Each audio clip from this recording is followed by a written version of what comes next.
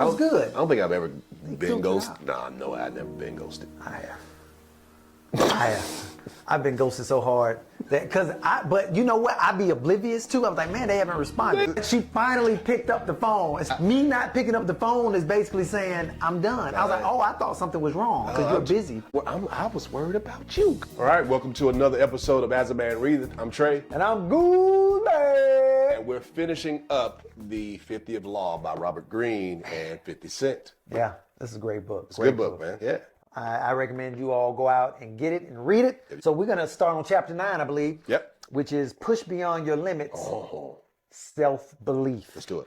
And so normally I read this whole first little excerpt, but I think I'm going to just focus on the first sentence. Your sense of who you are will determine your actions and what you end up getting in life. I'm going to say that again. Your sense of who you are will determine your actions and what you end up getting in life. And I wanted to read what James Baldwin said. I'm going to do my little James Baldwin impression. Let me point out to you that freedom is not something that anybody can be given. Freedom is something people take. Freedom is something people take. Mm-hmm. And then people are as free as they want to be. James Baldwin. You see, like all this is like that self-accountability. Mm-hmm.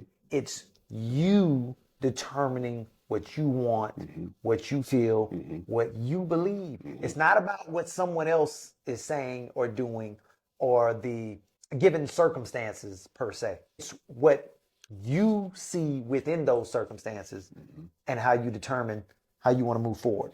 I think the challenge here is the challenge for a lot of folks, I believe, is how do you change how do I change my beliefs? I don't understand.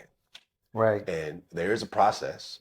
Mm-hmm. A lot of times it's realizing that you do have beliefs that are moving, and then start mm-hmm. looking at what those beliefs are actually taking you to. So yep. like he said in the beginning, mm-hmm. that your sense of who you are will determine your actions and who you end up. Mm-hmm. The way I like to say it is basically your self-view will always determine your worldview. Say that again? Your self-view will always determine your worldview. That's the beginning of everything else. If everything is coming from within, that we're living and experience life from within, mm-hmm. not from without, right. then how we see ourselves first, how we understand ourselves first, mm-hmm. will also tell us how I understand Goose, how I understand everybody else that's around me. I feel like, and I don't want to say people do this. I like to speak from the I. Sure. To take accountability for how you choose to respond to things around you. Mm-hmm. It seems to be a pandemic for those who want to, the world is on your back mm-hmm. and it's crushing you. Mm-hmm. I just feel like if you had a choice to believe in whether you can change your circumstances or you cannot change your circumstances, what would you rather choose? I think it comes down to that belief, to I can choose versus I can't. Just if you had the choice, mm-hmm. where would you go? 50. His mom in this chapter, it goes into his mom was a street hustler. Mm. She was notorious on the street, according to the book. And she wanted a better life for Curtis. Mm-hmm. So she would get him nice clothes and things of that nature while he was staying with his grandparents and she was out in the street hustling. Mm-hmm. At least she died at the age of 23. She was killed at the age of 23. And it sent Curtis on a journey.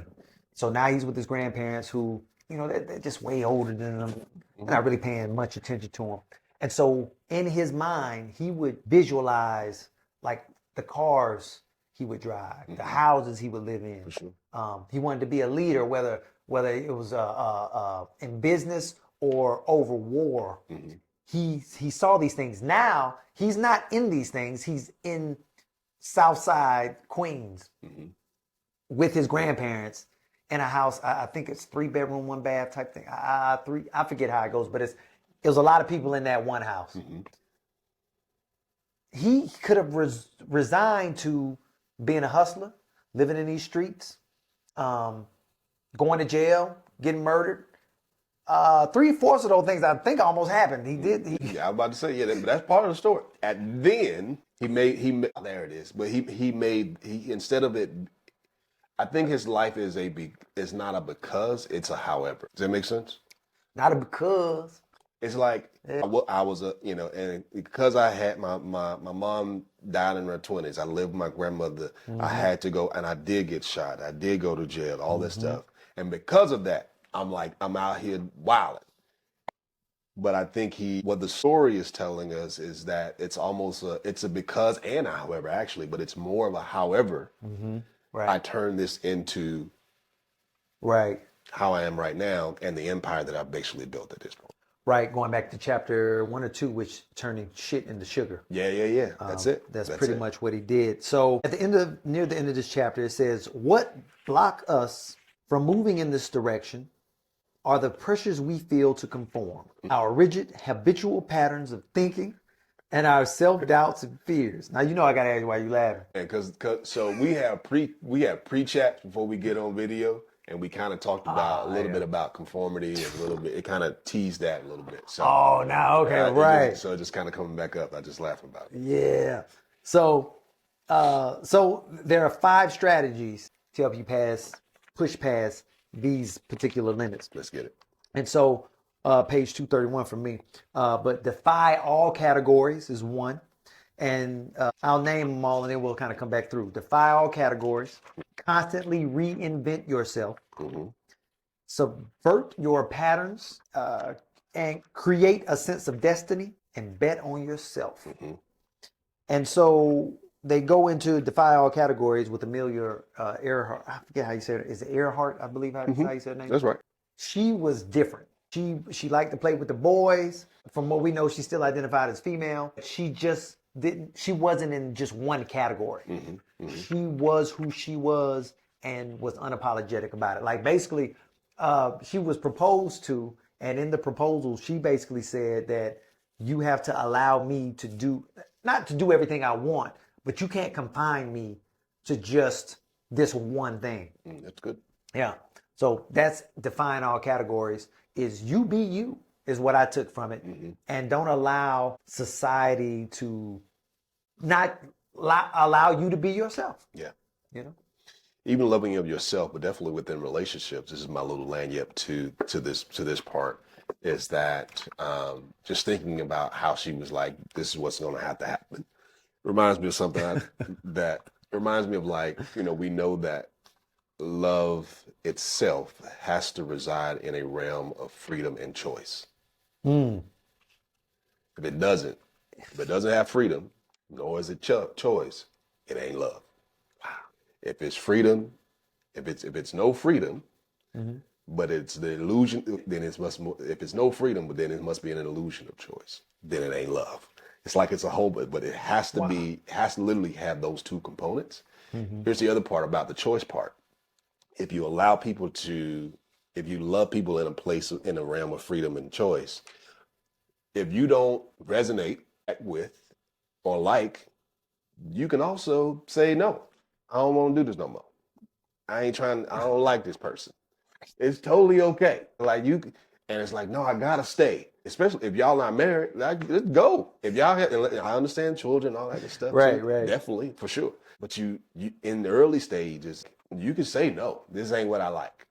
Right. If somebody doesn't pick up the phone, what they say, ghosting. Yeah. Okay. That's good to know. They have a choice. They made their choice. You also have a choice. Now, here's the other part. You got a choice on how you respond to it. But you definitely have a choice. Like, hey, okay. Yeah, that's wild when it comes to the whole ghosting thing. Hey. Like, there's actually a conversation. I'm like, well, that was good. I don't think I've ever been ghosted. No, I've never been ghosted. Yeah. I've been ghosted so hard but you know what? I'd be oblivious too. I'm like, man, they haven't responded. They ain't talking. So I keep texting and texting and texting. What you mean? How you doing? Right. I didn't get that. Good morning, beautiful. Right. Hey, man. Hey, and if you're out there watching, she knows who she is. And she will probably watch something like this now. Think about it. She's cultured. But she finally picked up the phone and said, look, I just Take me out of rotation. Me not picking up the phone is basically saying I'm done. I was like, oh, I thought something was wrong because you're a busy person. I was worried about you, girl. Yeah. You know what I'm saying? I thought you needed some help. Yeah. I thought you could have been in the ditch. But I You made know what I'm saying? That you crashed into a ditch. just playing. Nah, I wasn't though. Yeah, she got me with that one. Yeah. And I was like, oh, my feelings were so, I was writing love poems and I was like, man, because I thought she was out of the country or something like that. You almost turned into Hitch. Was Remember that scene? Why? Just tell me why. Man, it's such a good movie, man. I love Hitch. Yeah, and everybody should know that's one of my favorite movies. Constantly reinvent yourself. Yes. That's another way to break these self-limiting beliefs. For sure. This goes into John F. Kennedy, who was when I used to research presidents, that was like my favorite president, just based on his age, his candor. Yeah. He went out hard. Man, he was wilding too, boy. That boy, in the White House. In the White House. Yeah. Yeah. But growing up, he was frail. Mm-hmm. He was, I ain't gonna say a daddy's boy, but, or one of those, because he was a Kennedy. Yeah. So they didn't really think, he went out to prove who he was and ended up being this suave, charismatic type guy. And they go through each section of his life where he had to change who he was or to reinvent who he was to get to where he was going. And now becoming the president of the United States of America. Absolutely. You got to think about if you're still acting like the child that you used to be, or the man you used to be, or the woman you used to be from 10 years ago.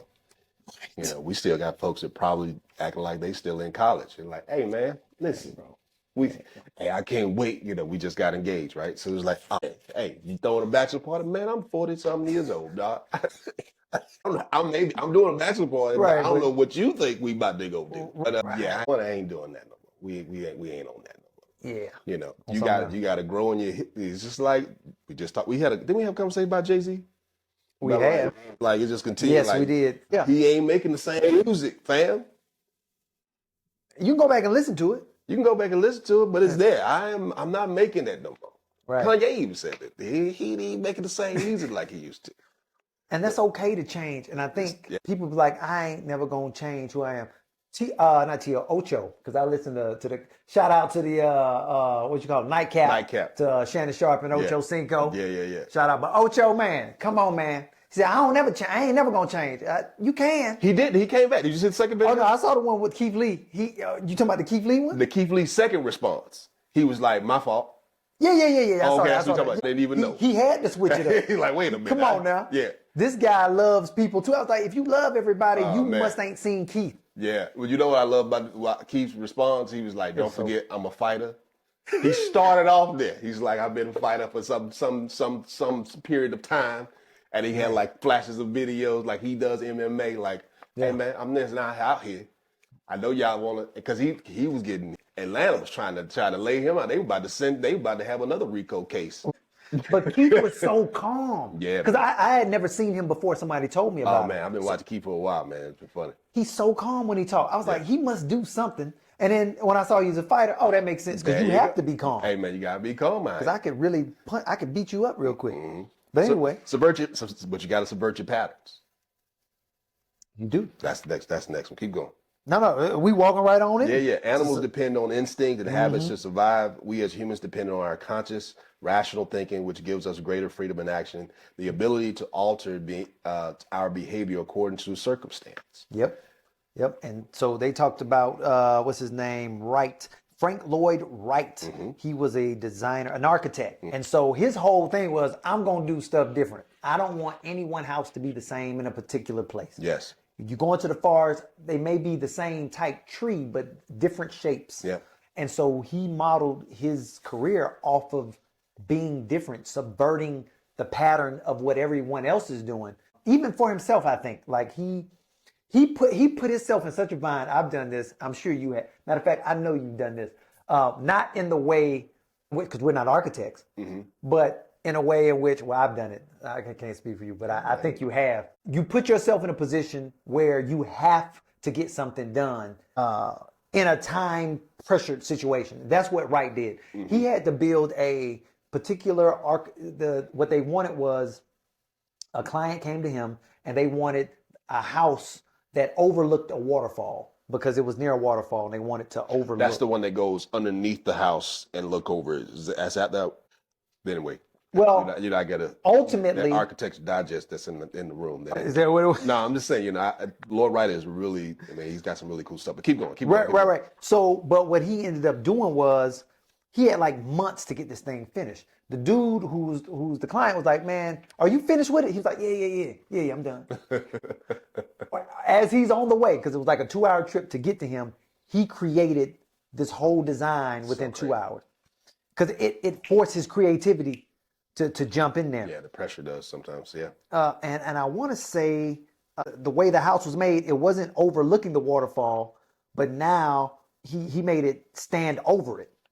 Yeah, that's what I'm saying. That's what you were saying. Yep. That's the one. He did that. And if you see that house, I haven't seen it. Oh man. Oh, okay. So y'all haven't had a chance. Just quick Google. Just look at Lord Wright houses all throughout the country. You could put it somewhere. Just a quick Google search, and you'll notice like some of the stuff is pretty timeless. I was like, man, I would love me That's dope. It's some cool. It depends on what you like, and then he has some. I think he has a couple here too. At least that Wright-esque kind of feel. You can check them out. It's pretty cool. Okay. Create a sense of destiny. Hey man, and they use Joan of Arc for this example, which she kept coming. So during a particular time, I believe England had France's king detained or something like that. And so she kept going to Ophelia. I don't want to lie, but she kept going to a particular place in France to have them give her troops. She kept requesting troops so then they could go get this king out of detainment. And over time, they was like, man, she is resolute on what she believes. And other people started to believe what she believed, and it created a movement. And they ended up returning France. But in a strange flip turn of that, they ended up giving Joan of Arc to the Brits or something like that. But anyway, long story short is create a sense of destiny. Yeah. Have a belief and don't lose sight of that vision. And I believe, like when I'm also reading a book now by Wallace D. Wattles, The Science of Being Rich, where you get the vision within your mind, and the universe will collaborate with you and attract that thing to you. As you're coming to it, it is coming to you. But you got to have that vision. And I believe Joan of Arc had that vision. It says here, the kind of in there I pulled from, it said, having supreme confidence makes you fearless and persistent, allowing you to overcome obstacles that most people that stop most people in their tracks. It makes other believe in you as well. And then it says, and the most intense form of self-belief is to feel a sense of destiny impelling you forward. That's good. Yeah. This destiny can come from otherworldly sources, or it can come from yourself. The next thing, bet on yourself. This whole book is about betting on yourself. It says the truth is that the greatest inventions and advances in technology or business generally come in negative periods because there's a greater necessity for creative thinking and radical solutions. So if you're in that time in life right now, we're in that time and era right now. Yes. We need y'all. We need somebody to come up with something. We need a hero. Boom. Da, da, da, da. That's anyway. All right. And so we're doing books. So we want not just you, but children to revolutionize. We have the information right in our faces. In order to be a successful democracy, you have to be educated or knowledgeable of what's around you, so you can make certain decisions. Sure. Yeah. To make decisions in general. Yeah. You got to be able to think for yourself. That's why we started off as a man thinking. Yeah, that's true. You always, you must always be prepared to place a bet on yourself, on your future, by heading in a direction that others seem to fear. This means you believe that if you fail, you have the inner resources to recover. This belief acts as a kind of mental safety net. When you move ahead on some new venture or direction, your mind will snap to attention. Your energy will be focused and intense. By making yourself feel the necessity to be creative, your mind will rise to the occasion. It will. It always does. Yeah. We doing this podcast is a good example of For that. sure, for sure. Number 10, and we close it. Yep, let's get there. Boom. Confront your mortality. Yeah. The sublime. I'll start with, in the face of our inevitable mortality, we can do one of two things. We can attempt to avoid the thought at all costs, clinging to the illusion that we have all the time in the world. Mm-hmm. Or let me say that, clinging to the illusion that we have all the time in the world. Yep. Or we can confront this reality, accept and even embrace it, converting our consciousness of death into something positive and active. Frederick Douglass he said, I had reached the point at which I was not afraid to die. The Spirit made me a free man, in fact, while I remained a slave in form. That's good. Yes. What? You see what? That got me before. Uh-oh. Let's get it again. It said that this Spirit made me a free man, in fact, while I remained a slave in form. And I love how this is italicized. It says, this Spirit made me a free man in fact. In fact, in truth, in fact, I was a free man. Although I was a slave in form. So you could be looking at that as spirit and material, spirit and flesh, however you want to look at that. And he was able to manifest the spirit into form later on in his life. And of course, everybody knows pretty much the story of 50. If you don't, he was shot 9 times and survived it and had to recover. But during in that hospital, he said there was a feeling of release. Like he said, this is it. And I want to say he let go. So, and when he came to, he was back. And now he had a new vigor for life, realizing that, this could be gone at any second. So let me live as if I could die in the next second. Live like you should live like you're about to die. What's the saying? Yeah, it's something like that, but you gotta live like you know death is coming. Well, I guess. Not saying be overly hedonistic, by the way. Right. I don't want nobody to be like, well, Trey, you be out there you be telling people all kinds of stuff. Won't you go out there and live? No, I love that part. Some of y'all know that. What was that soccer show? Soccer show? Yeah, on so good. Oh, Ted Lasso. Ted Lasso. Love Ted. Live. You gotta live. No, we don't want y'all to do that. No, live. Forget all that. I am like that about a whole bunch of stuff. Like, right. You better go live because I don't know what's gonna happen tomorrow. You don't. People live cautiously, man. Like, and I noticed that in traffic. This is a good example. Coming around 285. See? Let's say you coming from 85, right? So you come at 285 west. Yep. And then you want to go 75 north. Okay. That thing will back up near, what exit is that? I don't know. But it's in between 75 and It'll start backing up at Roswell Road. Just go all the way down until you get to the front. What are y'all? I go all the way down and just merge on in because people don't know how to drive. Why are you telling all these secrets? I know. I want them to stay in that line. Well, it's hard for people to change. I can tell you the truth. Okay. That ain't mean you're going to do it. Yeah, because I'm like, nah. I go all the way around and just boop. And I get people in the car. It's like, why are you doing that? Listen, because I watch patterns and I know people they do the same thing every time. Right. So I'm not going to stay in this line. I know somebody. And plus that truck, you see how many trucks it is? It's 4 or 5 trucks in that place. They all at a full stop right now. And it's gonna take them some time. So they got to go to 3. They got to get to 4 gears to even get moving to a speed to where they can start moving. Then they got. Man, come on. I know exactly what I'm gonna do. Then you got the people in front of you who on their phone. Oh man. And they think since they in the line they cool, and I just like cool, thank you. I still get I'm from Atlanta. You know, we still from Atlanta. And you be like, all right. Yeah, real Atlanta people do put their hands up. We get it. Thank you. Right. Appreciate it. Yeah, you weren't paying attention. I got you.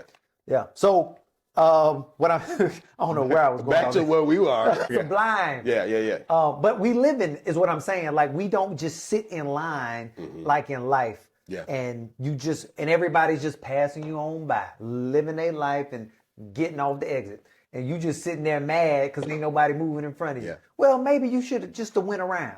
But you were talking about 50 having after he got out of the hospital, having Yes.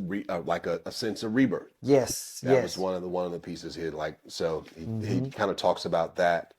Yeah. Yeah. I think this is also the chapter where he talks about, so basically in his mind, so as he's recovering, he's just seeing what he's going to do now. He's like, look, I'm going to take the world by storm. I'm going to be this gangster thug rapper that is indestructible. I survived 9 shots. What you going to do? And I want to have a team around me that helps me get to that level, and I'll get them what they need, and they'll give me what I need in that process. And so I think this is also the chapter where he had like he put the word out on the street, well, with his homies. Yep. That basically said, y'all come to the house and we're gonna talk about how we're gonna take over. And he had about 20 dudes in that crib in his house, at his grandmama's house, because he didn't have a plan B. And hold on, so what he did was he brought everybody to the house and gave them the plan, which was what I just said. I'm gonna take over the rap game, and we're gonna get there together. And if you guys are willing to go there with me, then I'll pay for your school. I'll put you on a label. Basically, you scratch my back, I scratch yours. He was the alpha of the wolf pack. And basically, if you take the alpha out, ain't nobody going nowhere. So if you protect me, promise you, I will protect you as well. And so that is something that ended up happening. Where I wanted to see. You want to talk about the sense of urgency or the sense of awe? Yeah. Let's go sense of urgency. Okay. Hold on. I wanted to see. Yeah. Let's go sense of urgency. Which one was this one? Yeah. I'm gonna cut this a little bit. This little R&B. This R&B part. Mm-hmm. It's the R&B break. Y'all, if y'all getting this live. Okay, so this was the whole section. Oh, I see what's happening now. Okay, well, before we go to that, I just want to say about the sublime. The word sublime comes from the Latin meaning up to the threshold or doorway. So it's like seeing into a different realm, into a different portal, and making that transition there too, or thereof. So let's get into the sense of what we say, the sense of urgency. Yeah. We did the sense of rebirth. We need to do the sense of urgency. So the sense of evanescence and urgency, right? Yep. In this section, they were talking about a particular Japanese. I felt like he was a writer, artist, and so during this time in Japan, a poet. Thank you. Who was he was just observing the times, and it wasn't the greatest of times in Japan, and he noticed the death that was happening around him. And he wrote about it, he drew pictures about it, he contemplated on it. Like, for example, he noticed that there was this person who died because he could see the graveyard from wherever he was located. And so he noticed that the family would come, and then he began to realize, like, over time, less and less people came. And then even after that, nobody would come at one particular time. Like, he started to imagine how this would play out, and then grass would grow over, rocks would come down, and over time it's as if it never happened. And so he was saying that there was so much beauty in the now of the thing, because through time, what does it mean? So you could have a nihilist point of view of things. Where's the beauty in that? And so that sense of evanescence and urgency is living in the now, because later it won't matter. Ultimately, it seems like. Yeah, I really like the idea of where everyone was dealing with the pain, the challenge, the darkness of death, and he was writing in a way where he showed the beauty, the positives, and the opportunities that come from that same ordeal. Right. Which I think it's really cool. It's like what ignites. It's like, so when you have these positive effects, it says contemplating a sublime time has innumerable positive effects. It makes us feel a sense of urgency to get things done now, gives us a better grasp of what really matters, and instills a heightened appreciation of the passage of time, the poignancy and beauty of all things that fade away. It's like improv, where if you do the yes and, you can yes and. If I tell you, if I say, there was a princess in a tower, and you say In a tower? yeah. The Well, no, and I'm saying you say yes and oh, yes. and the prince came to save her. And? He killed the dragon in his wake. Yes, and. They Wow. lived happily ever after. Now say no. There was a princess in the tower. No. Something like that. Now we can't even tell the story Right. because that's the banal way of looking at things. I did that wrong, but for my improv folks out there, you know what I'm talking about. I got you. Yeah, y'all with me. So should- yeah. We should also have a sense of awe. Yes. And I think that's really cool as well. I think that sense of awe, see, I feel like I want to preach right there. It's like, Go ahead. but the sense of awe is really important. Everything you think and feel is framed by words, which never really quite express reality. They are mere symbols. Throughout history, people have had all kinds of unique experiences in which they witness something that exceeds the capacity to express it in words.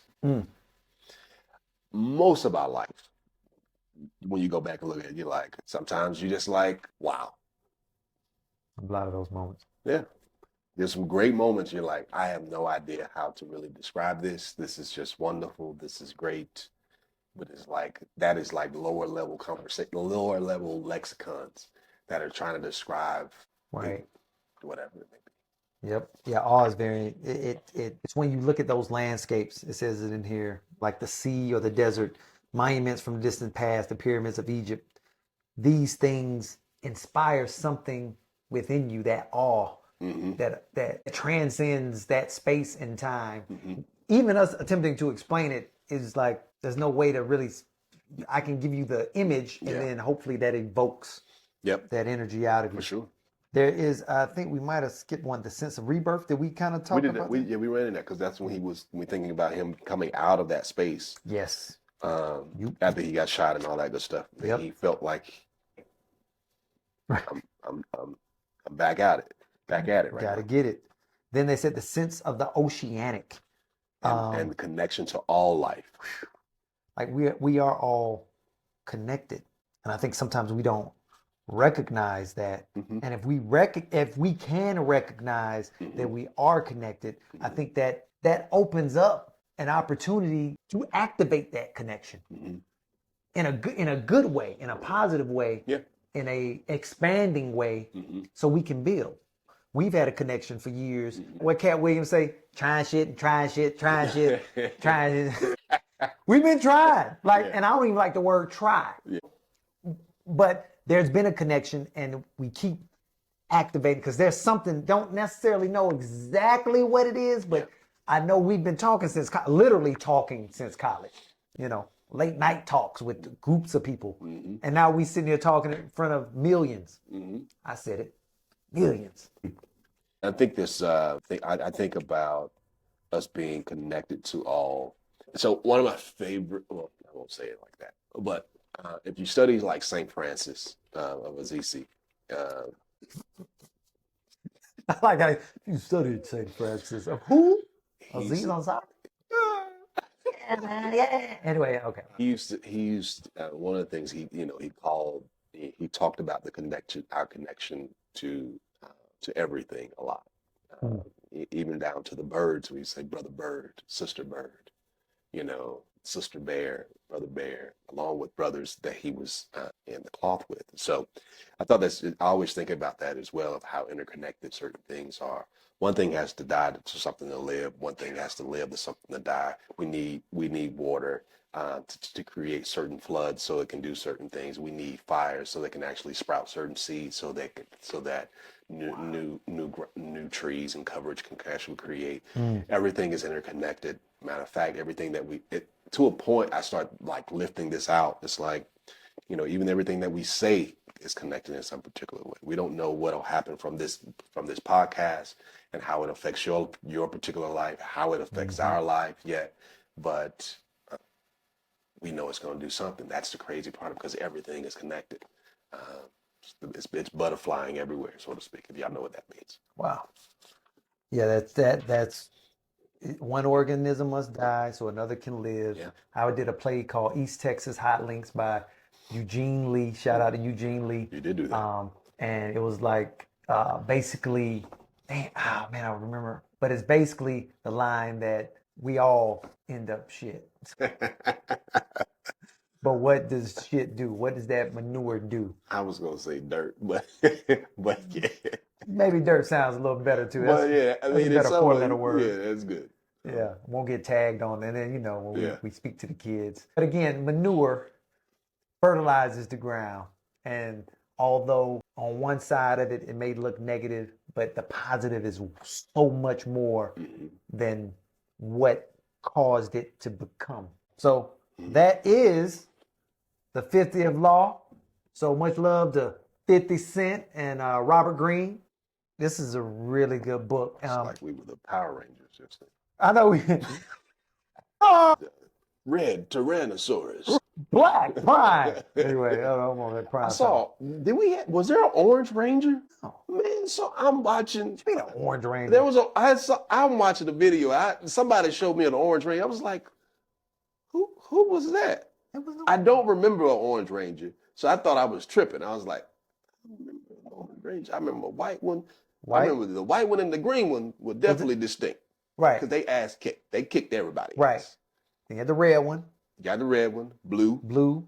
Is it purple? Pink. Pink. Had a pink. Had a green. Right, we said it right. We said the green. And yellow. And yellow. And black. And black. Which is funny because the black guy was... The black. Was he the black one? Yeah. It doesn't make sense. Wait. So who was the yellow one? The yellow one was the other girl. She was in our Power Ranger years, I think she was like the Asian. Listen. Hey, put them in the link below. Put it in the comments. And the Caucasian girl was the pink one. She was the pink. Shit. When we grew up, man. The smart kind of like, oh my God. The smart one was the blue one.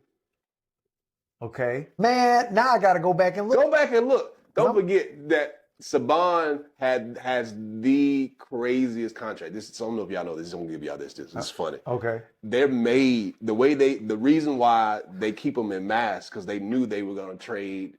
They were gonna change out the actors every couple of years. Smart. So that's why it kept iterating.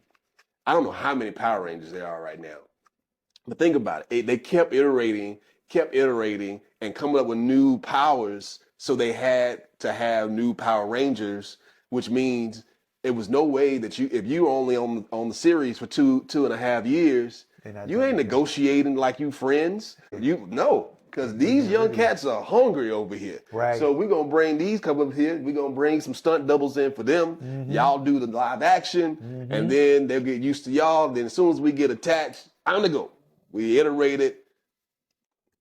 They've done that for decades at this point. Such a smart business model for them. Yes. Not for necessarily the actor. Ground and Pound, shout out. That's Roswell, Georgia. It's a coffee shop. The Power Ranger, she was the backup to the yellow or the pink one. And I can't remember your name right now, sister, but I go there all the time. And I know everybody's name. Is it Sarah? Here, it's Sophia Crawford. And I'll just voice it over. It's shout out to Sophia Crawford at Ground and Pound. Go Power Ranger. All right. This is Trey.